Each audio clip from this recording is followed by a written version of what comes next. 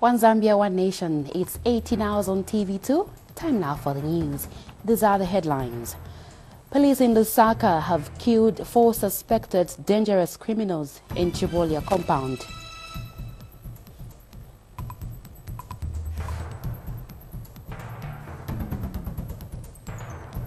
President Edgar Lungu has called for love, unity and individual responsibility among all Zambians during the Easter festivities.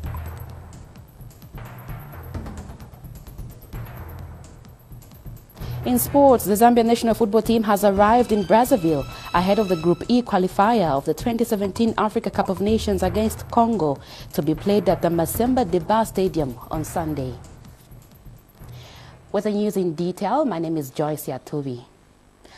Police in Lusaka have killed 4 suspected dangerous criminals in Cholera compound, and police have recovered a Toyota Runex, a pistol with 8 rounds of ammunition, an AK-47 rifle with 3 rounds of ammunition, an axe, machete and a crowbar. Police spokesperson Charity Munganga confirmed the incident to TV2 News in a statement today, adding that the suspects have been on the wanted list for a long time and have been terrorizing residents of Roma Township. Ms. Munganga explains that police got information that the criminals had regrouped in Cholera, and after the suspects noticed that police were pursuing them, they decided to fire at the officers. Ms. Munganga says the police fired back and killed the 4 men.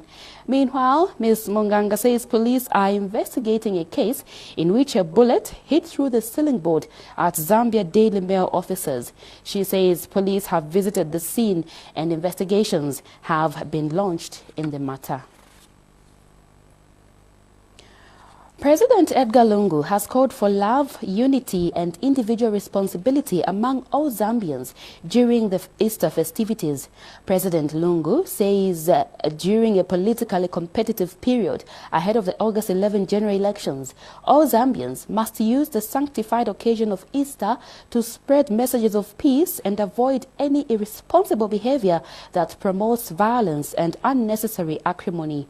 The president says all Zambians must behave in a Christian-like manner, especially given the country's status as a Christian nation. President Lungu says all Zambians must strive to give practical expression to the country's proud declaration of a Christian nation. The head of state said that Zambians must all live as one people, one nation, loving one another as Jesus taught. And the president said motorists and all road users must exercise maximum care to avoid traffic accidents due to dangerous driving induced by alcohol. The president says police and all other authorities tasked to enforce law and order in public roads are urged to do their best to maintain road safety during the Easter holidays. President Lungu adds that as a country celebrates the extraordinary life of the risen Christ, there is need for all to remember that this is an important time of reflection and bondage with families. This is according to a statement issued to ZNBC News by the President's Special Assistant for Press and Public Relations, Amos Chanda. Meanwhile, some Christians all over the world are observing Good Friday. Good Friday is a Christian religious holiday commemorating the crucifixion of Jesus Christ and his death at Calvary, observed during Holy Week. In Kitwe, United Church of Zambia Minister in charge, Reverend Chupasha Musaba, say there is need for Zambians to love one another regardless of their political affiliation. And Livingstone's St. Andrew's Anglican Church parish priest, Father Yobo Jere, has urged youth in the country to observe Easter in a befitting manner by going to church. A TV2 news crew went round Lusaka city to check on how people are observing Easter. Here's a report.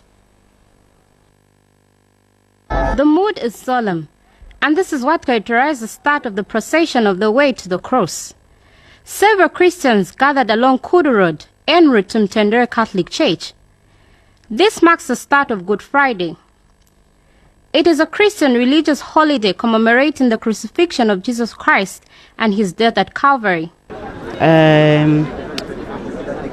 It is because our Lord is going to die.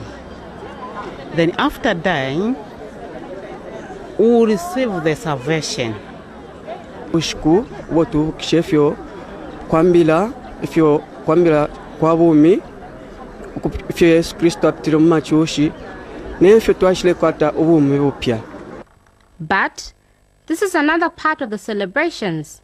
Several other people have opted to celebrate the Easter holiday in a different way.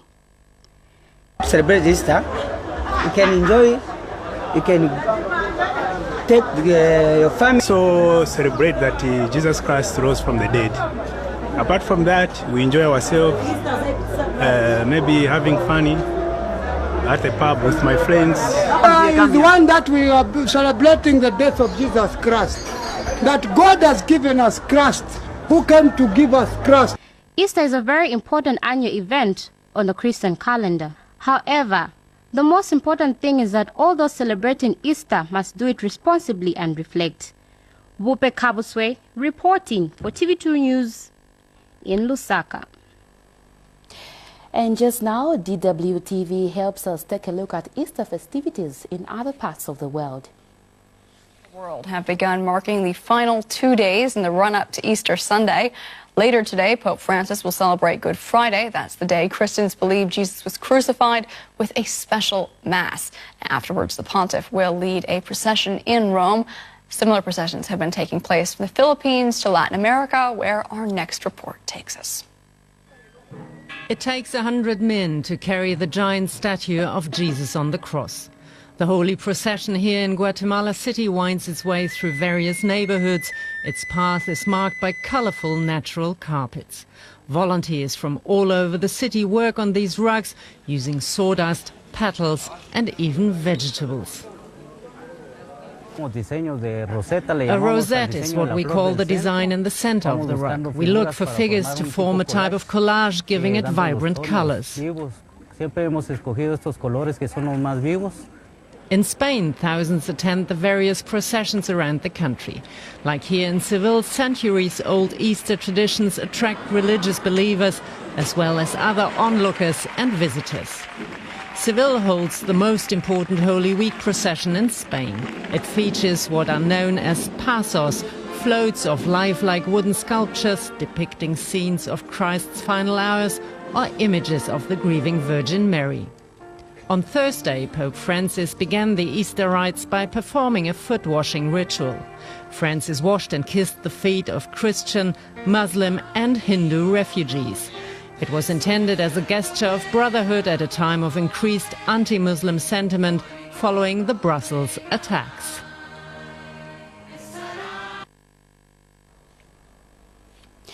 In other news, Vice President Inongewina has urged the people of Mulele in Sioma district not to be involved in political violence in the forthcoming August elections. Mrs. Wina says the difference on political ideas should not result in any physical confrontations. The Vice President said this in Mulele, where she went to inspect government developmental projects in the area. Speaking earlier, Higher Education Minister Michael Kaingu called on the people of Mulele to support the leadership of President Edgar Lungu. Dr. Kaingu said the PF government has taken more developmental projects in the 5 years it has been running the government compared to the 20 years the MMD was in power. This is TV2 News at 18 hours. Just now we take a commercial break, but still to come, the Ministry of Health has sent a team of experts to Chongwe and Rufunsa districts to ascertain the preparedness in responding to cholera cases. And meal prices reduce in Kalabo. Plus more stories. Stay tuned. And now the rest of the news. The Ministry of Health has sent a team of experts to Chongwe and Rufunsa districts to ascertain the preparedness in responding to cholera cases. Provincial Medical Officer Kennedy Malama says the team is also sensitizing members of the public on the need to practice good hygiene. Speaking in a telephone interview from Rufunsa, Dr. Malama says the exercise will be conducted continuously until the disease is contained in the province. Dr. Malama says so far, the team has visited St. Luke Hospital and other surrounding areas in the district. He says the ministry is doing everything possible to combat the waterborne disease. So far, 365 cases of cholera have been recorded since the outbreak of the disease in February this year. Still on health matters, the University Teaching Hospital UTH is spending close to 100,000 kwacha per week to outsource oxygen. This follows the breakdown of the oxygen plant at the hospital. UTH spokesperson Mwenya Mlenga says despite the breakdown of the oxygen plant for the past 2 weeks, the hospital is managing to supply oxygen to its patients. He says the Ministry of Health has provided $50,000 to help repair the oxygen plant, and a check by TV2 News found patients receiving oxygen through the panels connected to oxygen machines. The oxygen from other sources within the city, but everything is covered as we are waiting for the supplier to come and work on the plant. You know that we don't have a supplier that can service the plant within the country, so we are outsourcing from outside of Zambia, and we are waiting for its arrival. Otherwise, everything has been done. The Ministry of Health also gave us money to help us work on this plant as quickly as possible. Now, residents of Lusaka's Mutendere compound have called on the Lusaka City Council to conduct physical inspections in communities in order to deter residents from conducting illegal activities. This follows the putting up of a tent by a grieving family in the middle of the road, making it impossible for motorists and pedestrians to use the road. Here's a report. The green tent stands tall in the middle of the road. This is Mtendere compound, where a family is mourning the death of a beloved one. The residents here are not free to drive along this road. Those wanting to walk past are forced to turn back as soon as they see this tent. Nada boti mariro yani murodi bantu bakangiwa nopita na mamotoka ni shiti zankala bwanji bapene bamanga manyumba bantu bamangira pamozi na marodi kaidi bantu sibapita mamotoka nao siyapita. So shoneka bwino aya marioni yakuti vakanzi vafuniko yangana hapo kuona vintu vevichitika mukomboni ni vichani chifukwa vantu these days vamanga kumangira tumanyumba mukara muri bena mari. I tried to seek an audience from family members here who refused to talk to this reporter. Later, the landlord tells me that the grieving family put up a tent with a blessing from Tendere police station. Ninapeza kuti wafaka kudala tent. Nafusa ananga tent mwafakira uko ni chani? Atina utachokera ku police. Polisi vatipasa chirorezo chakuti chite bwanji tifake tent pa road. But the Lusaka City Council, LCC, says the family should have found another alternative place to hold the funeral. As you know, a road is a public utility. You know, everyone uses it. So if people put a tent in a public road, then it's very unfortunate. We'll send our officers, and of course, our officers just to go and talk to them. We can't harass them since they are mourning. And they should just realize, you know, that that is a common road. Everybody uses it. So they should be considerate for the other members of the community. The residents here want the tent to be removed as soon as possible in order to ease their movements, and also especially that the deceased has already been put to rest. Lufola Nkawani, TV2 News, in Lusaka. A local contractor, Techlands, has handed over a bridge to Lusaka's George compound residents. Lima Ward Councillor Wellington Mwanamwenge is impressed with the works. Techlands has managed to construct the bridge, which was funded under the Ward Development Fund, within 7 days. Delphista Lungu has more in the following report. It is a happy moment for these residents. This is because what looked like a far-fetched dream has come to fruition. George compound residents feel they've had a share of the national cake. This is because a drain that killed many has been worked on. A bridge has been erected on one of the big drainages in the area. George compound residents are happy that government has heard their cry. They've since called on the Zambian government to continue with the spirit of empowering its citizens. We used to have the very big problems with the temporary bridge. So what I can urge the residents is to keep this bridge generously, to keep it nicely, not to be throwing the garbages there and here. What I can say, I say thank you to the area councillor and the PF government to continue taking this development to the other areas. And the other thing, we are very happy for this, and I say, as the residents, I am very happy for this bridge. Bati banaonga zikoma maningi kutuletela bridge. Chifuka tezo vutika maningi mobo yenda mwamene umu. Aisingi pena nguzapeza mwana kutatauke afana manzi. Manje bachitamushe pamene batuletela bridge. Yamene naongako kuno nali kuvutika mabirichi kulipe koenda. Inende totela pali bridge batupera mwe bantu. Pantu tulachura sana, especially if ama BP nga yakwera. Nga mwafuata taxi kutisa imise ndenga bushiku ni shiku kuimya bakwima ifofwe baina kuti bakwimashani kutwala ku road. So na mamoto kangaira pepe bapita pako kusenda kutwala mkwai wapusuka ni shwa babwino. So inende totela sana ife babomba. Pantu ifintu And Lima Ward Councillor Wellington Mwanamwenge said government would deliver on its campaign promises. The fact that within the community there has been a lot of complaints. Our people were being killed at this same position. We are being beaten during night times. Then as a community we came up with the way on how we can sort out the issue. We gathered here together with the community. That's how now we came up with this idea of trying to come up with this bridge. It might look small and useless, but to these people here, this bridge is a great achievement. Delphista Lungu, TV2 News in Lusaka. In other news, Kalabo District Commissioner Frida Luhila has thanked the Office of the Vice President for allocating enough relief maize in the district, which has subsequently seen the reduction of meal prices. Mrs. Luhila has told Zenix in an interview that out of 13,410 by 50-kilogram bags of maize, 7,230 have already been distributed to the beneficiaries. She further said 1,200 bags were given to the Food Reserve Agency FRA for sale to the general public. The district commissioner expressed gratitude that from the time the relief food was offloaded, prices of the staple food also reduced. We go for our final break, but coming up is international and sports news. Stay tuned.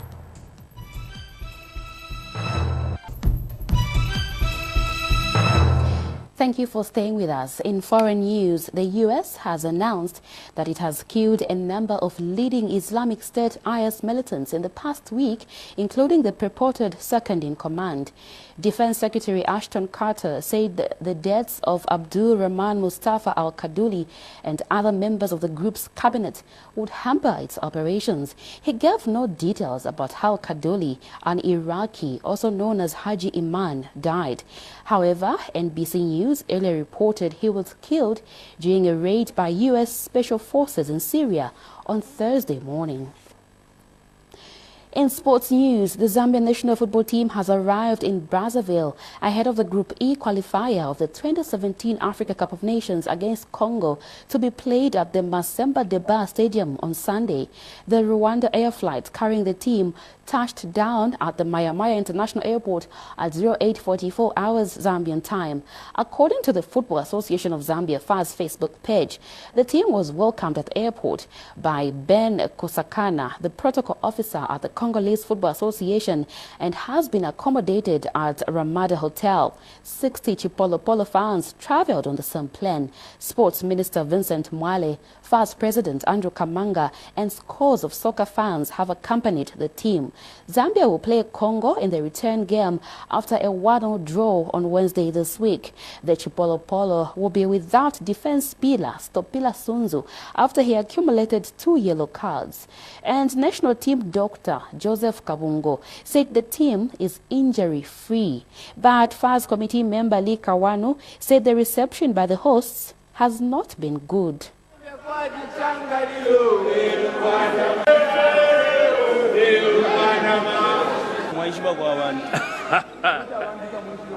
The team traveled very well. We used the charter, so it was a short 2.5-hour flight into Brazzaville.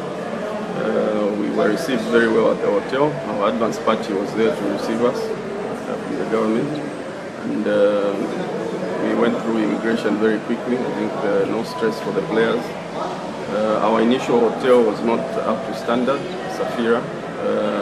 Then what we decided, well, our advance party decided was to move the team to a better place. So we had found the hotel had been booked and everything is okay now. And as we end the news, here are the headlines once again. Police in Lusaka have killed 4 suspected dangerous criminals in Chivolia compound. And police have recovered a Toyota Runex, a pistol with 8 rounds of ammunition, an AK-47 rifle with 3 rounds of ammunition, an axe, machete and a crowbar.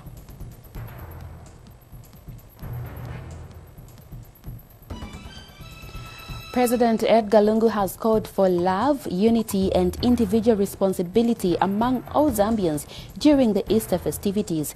President Lungu says during a politically competitive period ahead of the August 11 general elections, all Zambians must use the sanctified occasion of Easter to spread messages of peace and avoid any irresponsible behavior that promotes violence and unnecessary acrimony. And finally, the Zambian national football team has arrived in Brazzaville ahead of the Group E qualifier of the 2017 Africa Cup of Nations against Congo to be played at the Masemba Deba Stadium on Sunday. The Rwanda air flight carrying the team touched down at Maya Maya International Airport at 08:44 hours Zambian time. Our next news update on TV2 will be at 20 hours tonight. Until then, my name is Joyce Yatobi. Thank you for watching.